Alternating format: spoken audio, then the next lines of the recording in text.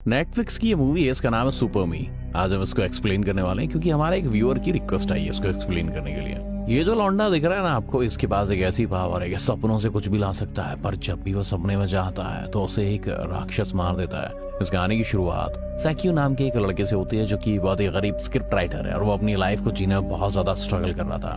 पर उसकी बड़ी प्रॉब्लम ये नहीं थी, उसकी प्रॉब्लम ये थी कि वो जब भी सोने की कोशिश करता था तो उसे सपने में हर बार एक राक्षस बहुत बुरी मौत मारता था, जिस वजह से सैंग्यू 6 महीने से ठीक से सो नहीं पाया था। अब जब सैंग्यू सोया तो वो सपने में मेट्रो में ट्रेवल कर रहा था और फिर उसके सपने में वही राक्षस आ जाता है और वो सैंग्यू के बाल पकड़कर उसे मारने लग जाता है। फिर मेट्रो में छेद करके उसके सिर को पटरी में घसीटते हुए मार देता है और तभी डर के मारे सैंग्यू की आंख खुल जाती है, जिसके बाद वो स्क्रिप्ट लिखने का डिसाइड करता है। पर तभी उसका मकान मालिक उसके दरवाजे को खटखटाने लग जाता है क्योंकि उसने अभी तक किराया नहीं भरा था भाई साहब। तो सैंग्यू उससे बचने के लिए अपने कमरे की खिड़की से भाग जाता है और फिर वो एक फूड स्टॉल पर चला जाता है जहां पर वो एक एगलेस पैनकेक मांगता है। पर उसके बाद इतने पैसे कहाँ होते हैं कि वो सही तरीके से पेट भर के खाना खा सके। वो फूड स्टॉल वाला उस पर दया करके उसे अंडे वाला पैनकेक बना के दे देता है। अब सैंग्यू अपने सामने वाले कैफे में एक लड़की को देखता है जो उस कैफे में काम किया करती थी और सैंग्यू उससे वन साइडेड लव करता था। अब यहाँ पर जब वो अपना पैनकेक खा रहा था तो उसके पीछे उसका मैनेजर दोस्त आ जाता है। सैंग्यू उसे देखकर भागने लग जाता है क्योंकि उसने अभी तक उसकी स्क्रिप्ट पूरी नहीं करी थी ना भाई साहब। और भागने के दौरान उससे अपना पैनकेक भी गिर जाता है तेरा वाला, लेकिन फिर भी उसका दोस्त उसे पकड़ ही लेता है और उसे एक रेस्टोरेंट में ले जाता है जहाँ वो नूडल खा रहा था और सैंग्यू बेचारा उसे ताक रहा था। यहाँ उसका दोस्त सैंग्यू को डांटता है क्योंकि उसने अपने कॉन्ट्रैक्ट के अकॉर्डिंग स्क्रिप्ट को पूरा नहीं किया है। सैंग्यू अपने सपनों के बारे में उसे बताता है और उससे कहता है कि वो इन सपनों की वजह से सही तरह से कंसंट्रेट नहीं कर पा रहा और ना ही वो ठीक से सो पा रहा है। लेकिन जो उसका दोस्त था उसका नाम था सैंजी, वो उसकी बात को सुनता नहीं है, उसे एक थप्पड़ मारता, कहता पूरी स्क्रिप्ट करने के लिए 10 दिन का टाइम दे रहा हूँ। और फिर सैंग्यू छुप कर अपने अपार्टमेंट में जाता है तो वहां उसका सामान उसके रूम के बाहर पड़ा हुआ मिलता है, जिसका मतलब था कि उसके मकान मालिक ने उसके घर से बाहर से निकाल दिया है। अब रात बिताने के लिए वो एक कैफे में पहुंचता है जहाँ वो अपने लैपटॉप पर स्क्रिप्ट लिखने की कोशिश करता है, लेकिन बहुत ज्यादा भूख लगने की वजह से कॉन्सेंट्रेट ही नहीं कर पाता। आखिर में उसे नींद आ जाती है, पर अचानक से उसके पीछे वही शैतान राक्षस आ जाता है जो उसे ट्रेन में मारने की कोशिश कर रहा था। वो यहाँ जंजीरों से सैंग्यू का गला दबाता है और उसका सर टेबल में जोर जोर से पटकने लगता है। तभी सैंग्यू की आंख खुल जाती है और उसे पता चलता है कि अरे ये तो मैं सपना देख रहा था। लेकिन अब यहाँ उसका लैपटॉप चोरी हो चुका था, जिससे सैंग्यू बहुत दुखी हो जाता है। अब सैंग्यू की लाइफ इन सपनों की वजह से बहुत ज्यादा परेशानी में चल रही थी, जिस वजह से उसे हकीकत और सपने के बीच में कोई अंतर ही समझ में नहीं आ रहा था, क्या सपना और क्या हकीकत। अब सैंग्यू सोचता है इन सबसे छुटकारा पाऊंगा और इंसान सुसाइड करने को मजबूर हो ही जाता है बेचारा। तो एक बिल्डिंग पर चढ़कर अपने दोस्त को मैसेज करता है कि वो उसके स्क्रिप्ट को पूरा नहीं कर पाएगा क्योंकि वो सुसाइड कर रहा है। पर जब वो यहाँ से कूदने ही वाला होता है तो उसे वही फूड स्टॉल वाला आदमी रोक लेता है जो उसे पैनकेक खिलाया करता था। वो उसके साथ बैठता है और उसे पैनकेक खाने को देता है और फिर उससे कहता है कि अब से जब भी तुम बुरा सपना देखोगे ना तो तुम आई एम ड्रीमिंग ये बोलना, उसके बाद तुम अपने सपने से बाहर आ जाओगे। जिसके बाद सैंग्यू मना कैंसिल कर देता है, अपना फोन बेचकर अपने लिए खाना खरीदता है और एक स्टोर के बाहर बैठकर खाने लगता है। तभी उसके पास उसके क्रश आती है जिसका नाम होता है हुआ, जिस देखकर वो चौंक जाता है। लेकिन अचानक से वो राक्षस में बदल जाती है, जिसका मतलब था कि वो सैंग्यू का सपना था। राक्षस सैंग्यू को पकड़ता है, उसके सीने में अपनी तलवार घुसा के उसे स्टोर के अंदर फेंक देता है। तो सैंग्यू को उस फूड स्टॉल वाले आदमी की कही हुई बात याद आती है। वो कहता है आई एम ड्रीमिंग, जिससे वो एकदम से सपने दोबारा जाता है और वो देखता है कि उसके हाथों में उस राक्षस की तलवार भी आ गई है। देखकर हैरान परेशान हो जाता है क्योंकि ये तलवार तो भाई साहब सपने में थी, बहुत यूनिक थी। लेकिन ये तलवार सैंग्यू से बेचने के लिए एक एंटीक शॉप में पहुंच जाता है जहाँ सभी दुकानदार उस तलवार को खरीदना चाहते थे। सैंग्यू को रियलाइज होता है कि भाई साहब ये तलवार इतनी खास है, इसीलिए वो एक खास एंटीक शॉप में जाता है और उसे उस तलवार के 20,000 रुपये मिल जाते हैं, जिससे बहुत खुश होता है। तलवार बेच के भाई साहब सैंग्यू पेट भर के लजीज खाने खाता है, बढ़िया अपने लिए लैपटॉप खरीदता है और एक वीआईपी होटल में रहने लग जाता है और फिर वो सेविंग करके चिकना भी बन जाता है। जिसके बाद वो रात में नींद की गोलियां लेता है ताकि वो अपने सपने से और भी चीजों को ला सके, क्योंकि वो होटल में रुका हुआ था तो उसे सपना भी उसी होटल का आता है। तो अपने कमरे से बाहर निकलकर कॉरिडोर में घूमने लग जाता है और एक फ्लावर पॉट को उठाकर आई एम ड्रीमिंग कहता है, पर कुछ नहीं होता। सैंग्यू पता करने के लिए आगे बढ़ता है, तभी अचानक दीवार तोड़ते हुए वही राक्षस उसे मारने के लिए आ जाता है और इस बार वो सैंग्यू पर सोने की कुल्हाड़ी से हमला करता है, जिससे सैंग्यू को काफी गहरी चोट लग जाती है। आखिर में सैंग्यू उसे कुल्हाड़ी को पकड़कर आई एम ड्रीमिंग बोलने में कामयाब हो जाता है। अब उस कुल्हाड़ी को वो रियल वर्ल्ड में ले आता है दोस्तों। उसके सारे घाव भी ठीक हो चुके थे, सपना था ना वो तो। उसके बाद वो तुरंत उसी दुकानदार के पास पहुंच जाता है और वो उस कुराड़ी को भेज देता है, उन पैसों को खर्च करने लग जाता है। सैंग्यू अब अपने इस काम से बहुत खुश था भाई साहब, क्योंकि अपने सपने से किसी भी चीज को ला सकता था। इसीलिए वो डिसाइड करता है कि वो अपने सपनों से ऐसी जबान को लाता रहेगा।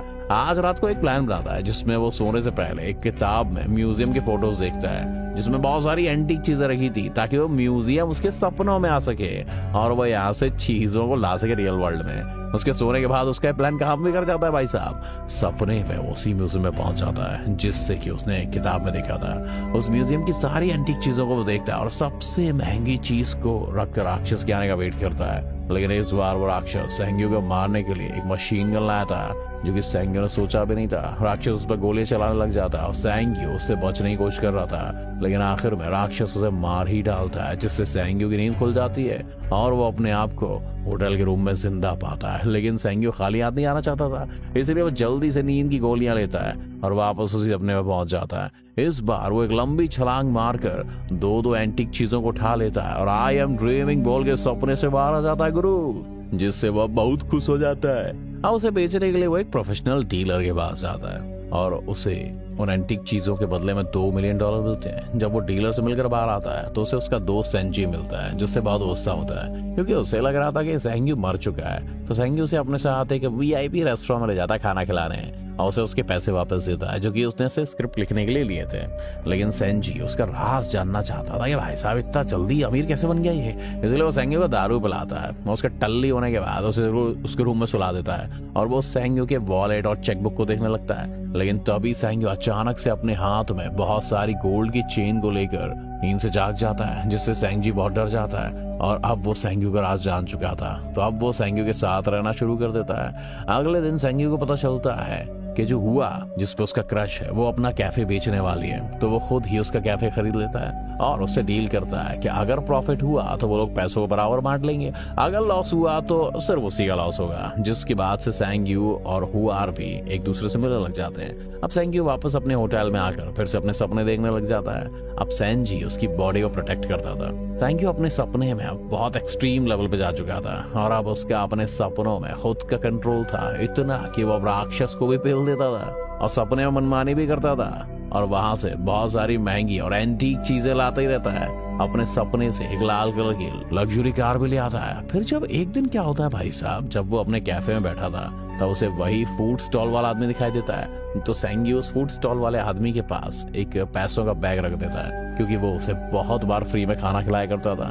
अब सैंग्यू ऐसे ही बहुत बार अपने सपनों से चीजों को लाता रहता है। लेकिन कुछ टाइम बीतने के बाद वो एक अजीब चीज नोटिस करता है कि आजकल राक्षसों से मारने की कोशिश नहीं कर रहा है यार, बल्कि वो दुखी होकर एक जगह पर बैठा ही रहता है। सैंग्यू उसके पास जाता है तो उसे उसके कमर पर एक बहुत बड़ी सोने की बेल्ट लगी दिखती है। जब सैंग्यू उसे निकालने की कोशिश करता है तो उसकी उंगलियां मिटने लगती हैं और चलने लगती हैं, लेकिन फिर भी सैंग्यू उस बेल्ट को निकालने की कोशिश करता है और उसे उखाड़ कर अपने साथ ले जाता है। और सैंग्यू जब राक्षस की बेल्ट को उखाड़ रहा था तो वो राक्षस सैंग्यू के चेस्ट पर अपनी उंगली से कुछ निशान बना देता है, लेकिन सैंग्यू उस पर ध्यान नहीं देता है। अब जब वो अपने घर पर होता है तो अचानक से एक तलवार उसकी चेस्ट पर आगे लगती है, सेम उसी जगह पर जहां पर राक्षस ने निशान बनाया था। फिर अगले दिन सैंग्यू खजाना लूटने का प्लान नहीं बनाता, वो अकेला ही सो जाता है। वो अपने सपने में एक बहुत बड़ी बिल्डिंग पर पहुंचता है जिसके रूफटॉप पर उसका एक आदमी इंतजार कर रहा था। सैंग्यू जब उसके पास जाकर देखता है तो ये आदमी कोई और नहीं बल्कि खुद सैंग्यू ही था, जिससे सैंग्यू बेचारा घबरा जाता है, अपने सपने से बाहर आ जाता है। अब उसके चेहरे और कंधे पर वही निशान थे जो कि राक्षस ने उसे पहले दिए थे।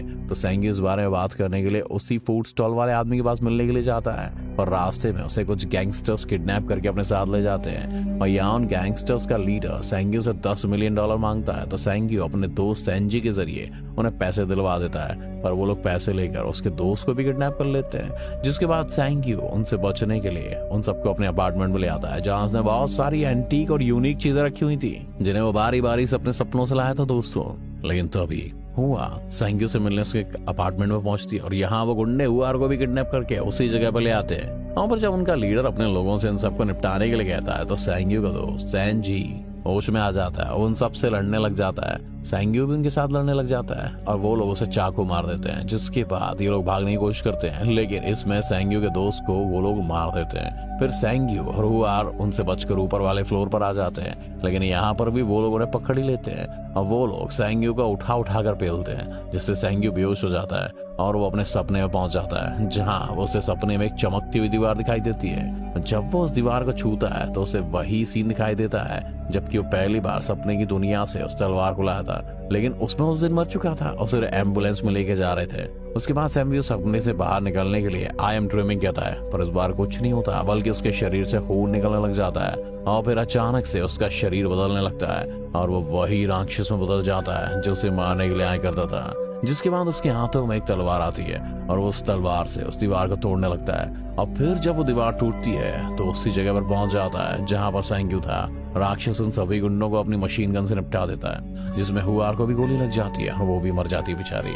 आखिर में वो राक्षस सैंग्यू को भी निपटा देता है और फिर तभी सभी एंटीक चीजें उसके अपार्टमेंट और अमीर लोगों के कलेक्शन से गायब होने लग जाती हैं, जिससे कि सैंग्यू अपने सपनों से लाया था। जब सैंग्यू जागता है तो वो उसी स्टोर पर होता है जहाँ पर हुआर काम किया करती थी, जिससे उसे समझ में आ जाता है कि ये सब जो भी उसने अभी तक देखा वो एक बहुत लंबा सपना था।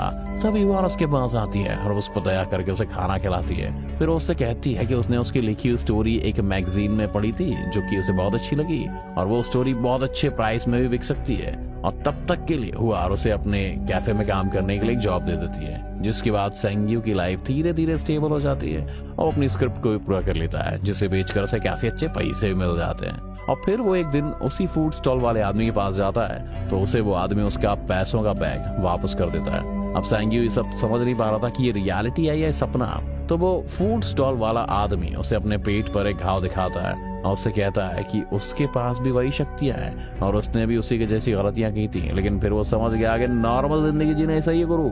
और फिर आखिर में दिखाया जाता है कि सैंग्यू जब हुआर से बात कर रहा था तो उसे वही राक्षस देख रहा था जिसने कि सभी गैंगस्टर्स को मार दिया था। और यहीं पर यह कहानी खत्म हो जाती है दोस्तों। तो आई होप दोस्तों आपको ये कहानी अच्छी लगी होगी। अगर अच्छी लगी तो हमारे वीडियो को जरूर लाइक कर दें। अगर आप मुझे फेसबुक पर देख रहे हैं तो हमारे पेज को फॉलो कर दें, नहीं तो यूट्यूब पर हमारा चैनल जरूर सब्सक्राइब करें। Thanks for watching this video.